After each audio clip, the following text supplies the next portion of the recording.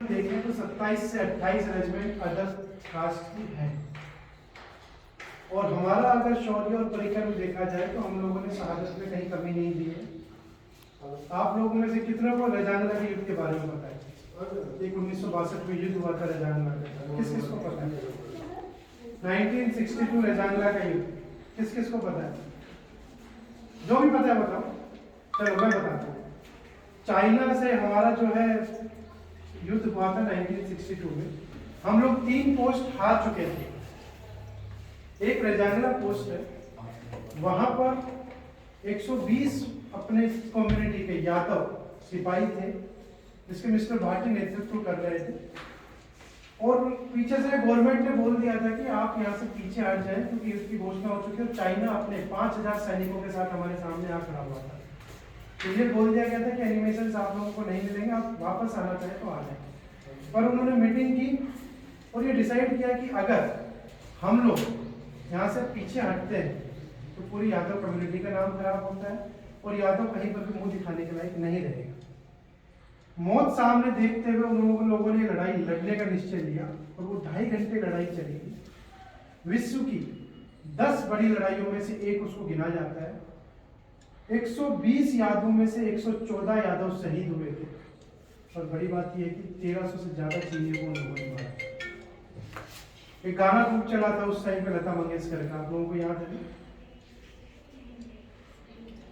अभी भी चलता है, अभी भी चलता है। हर स्वतंत्रता दिवस गणतंत्र दिवस को, है ना? उसी टाइम पे बना था। उसमें एक वो अंतर आता है, सिख मराठी जाट सब लिखा हुआ आता है, पर यादव नहीं लिखा आता।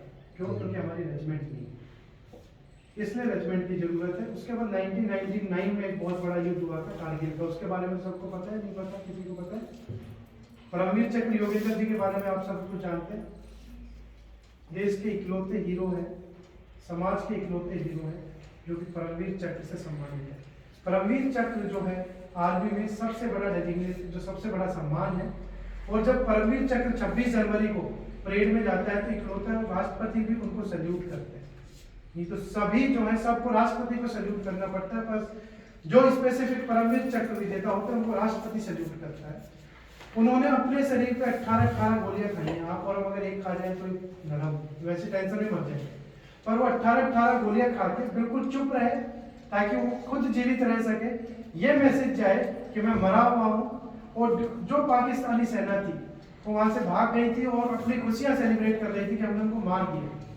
पर उनको थोड़ा सा होश आया, ग्रेनेड साइड में पड़ा हुआ था, वो उठा के उन्होंने पाकिस्तान की सेना पे गिरा दिया और वहीं पर उनको ध्वस्त कर दिया।